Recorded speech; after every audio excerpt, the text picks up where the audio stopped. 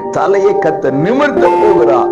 தோற்று போன வெட்கப்பட்ட இடத்திலேயே உங்கள் தலையை நிமிர்த்துகிற தேவன், ஜெயத்தை கொடுக்கிற தேவன் உங்களோடு இருக்கிறார். நம்பிக்கையை விட்டுறாதீங்க, விசுவாசத்தில் தொடருங்க, வெற்றியை காணுங்க, வெட்கத்தை அப்புறப்படுத்துங்க. அன்புக்குரியவர்களே, இயேசுவின் இன்ப நாமத்தில் மனதார வாழ்த்துக்கள். ஏசப்பா உங்களை ஆசீர்வதிப்பாருங்க.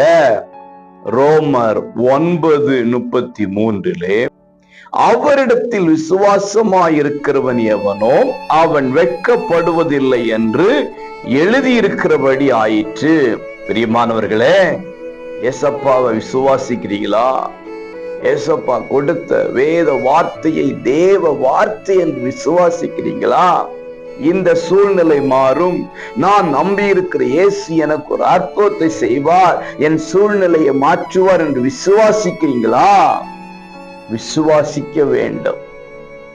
விசுவாசித்தால் நீங்கள் வெட்கப்படுவதில்லை. இன்றைக்கு விசுவாசம் குறைய குறைய எல்லாம் கடந்து வரும்.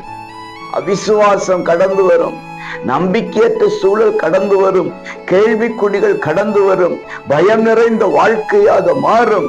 எதிர்காலத்து குறித்து அச்சங்கள் உண்டாகும், புலம்பல்கள் உண்டாகும், அங்கலாய்ப்பு உண்டாகும்.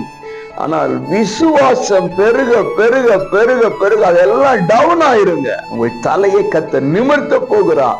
தோற்று போன வெட்கப்பட்ட இடத்திலேயே உங்கள் தலையை நிமிர்த்துகிற தேவன், ஜெயத்தை கொடுக்கிற தேவன் உங்களோடு இருக்கிறார். நம்பிக்கையை விட்டுறாதீங்க, விசுவாசத்தில் தொடருங்க, வெற்றியை காணுங்க, வெட்கத்தை அப்புறப்படுத்துங்க. God bless you.